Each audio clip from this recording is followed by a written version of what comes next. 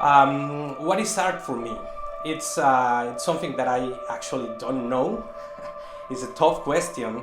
I have invested so many years of my life trying to find out, and I came to the conclusion that art is a tool to place yourself within a context, and most important, to ask questions about any subject matter that interests you as an artist, how society works, what are the bridges between economy and politics, or in this case for me, it's mythology. I became an artist when I was around 16, 17 years old, and it was something that it was just interested to me. I tried to get into art school a couple of times in Mexico, and I did not succeed. However, I've been practicing for, I don't know, 20 years for now as a self-taught artist, and it's been a beautiful and challenging career. I was born in Mexico, born and raised in Mexico. I'm a single child from a single mother.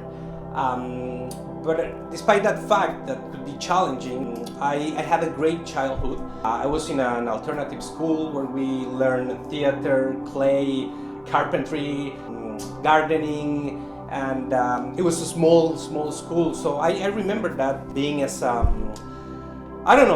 great environment to grow up.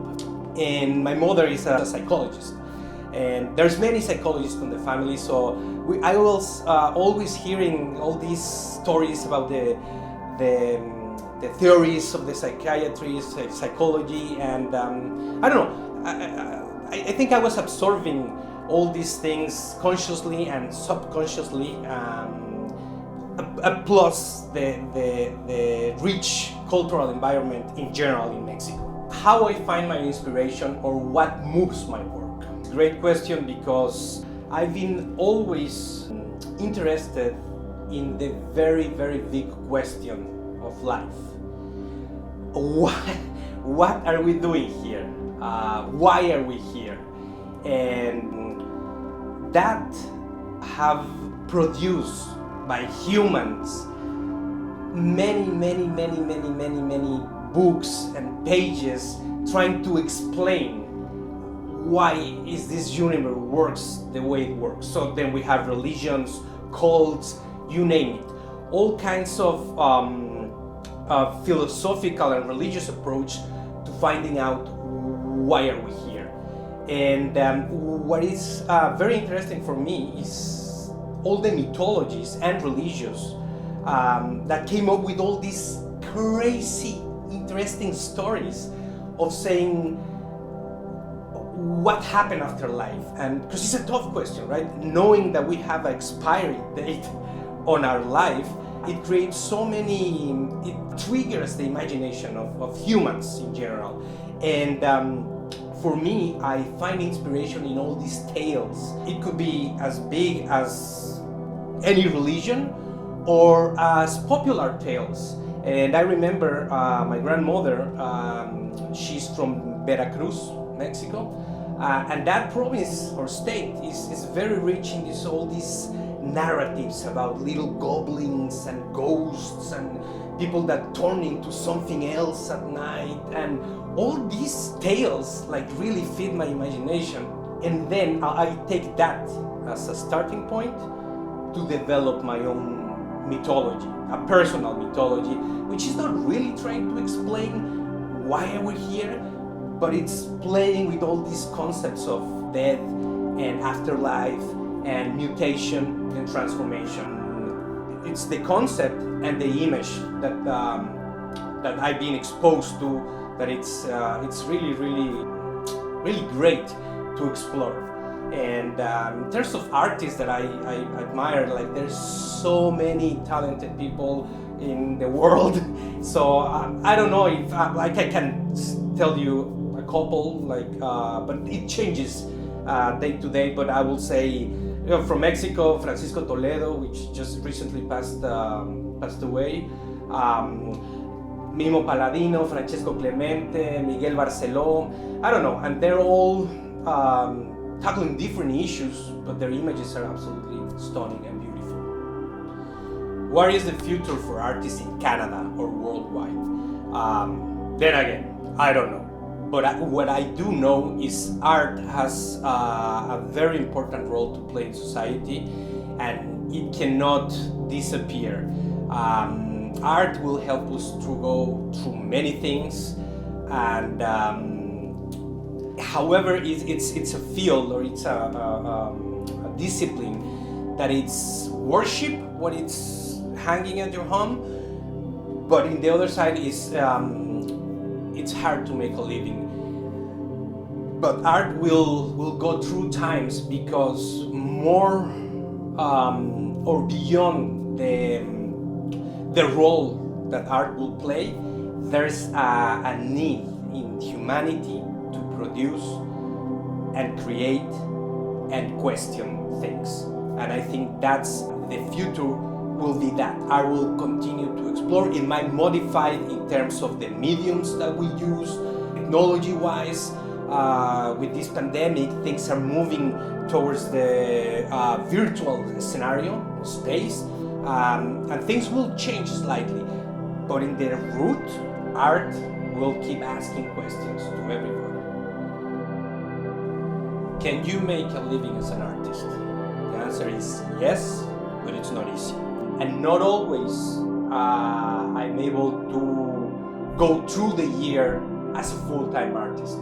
So sometimes I have to take on to part-time jobs for a couple of months or extended periods of time to balance up my economy, right? Because we're talking about Canada, and forget about the pandemic, right? But Canada does not have a strong art market, in my very personal opinion. Of course, this is just from my very, very personal perspective.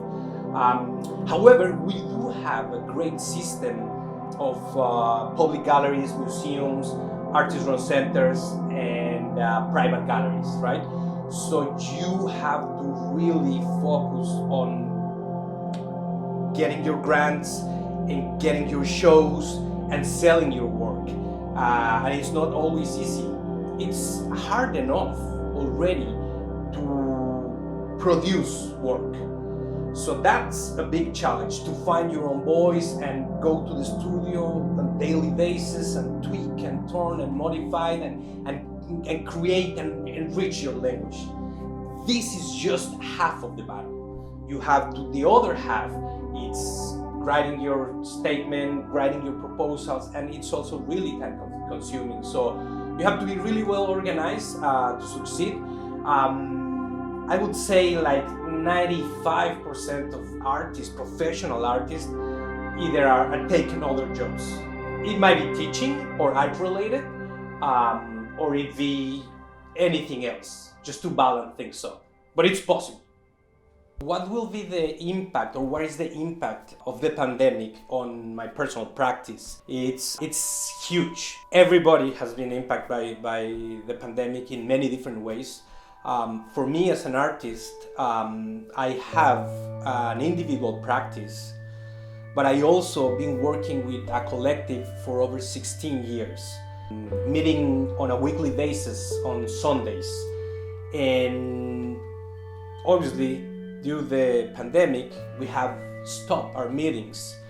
And it was very, very frustrating at the beginning because our routine for 15 years was suddenly interrupted. And then when we,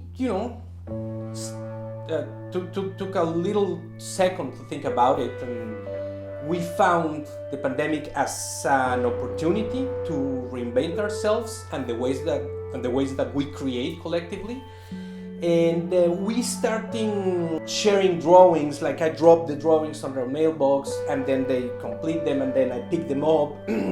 So that was the first initial activity to keep going. But then what we are planning to do is to move into the digital or virtual space, which will be a challenge to create collectively, remotely. But at the end, I think we all have to understand that the pandemic is an opportunity to reinvent ourselves and find new ways to do things either you are an artist or not.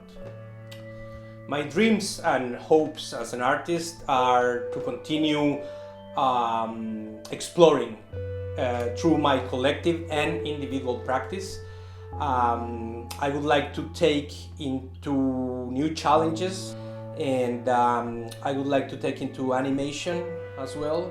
I recently started making sculptures on my own. I had done them in the past collectively, and I did a few on my own, but I think it will be nice to expand my individual practice into the three-dimensional space. I hope that we all go through this pandemic and then we came out stronger, and I just want to keep creating and taking on to new challenges.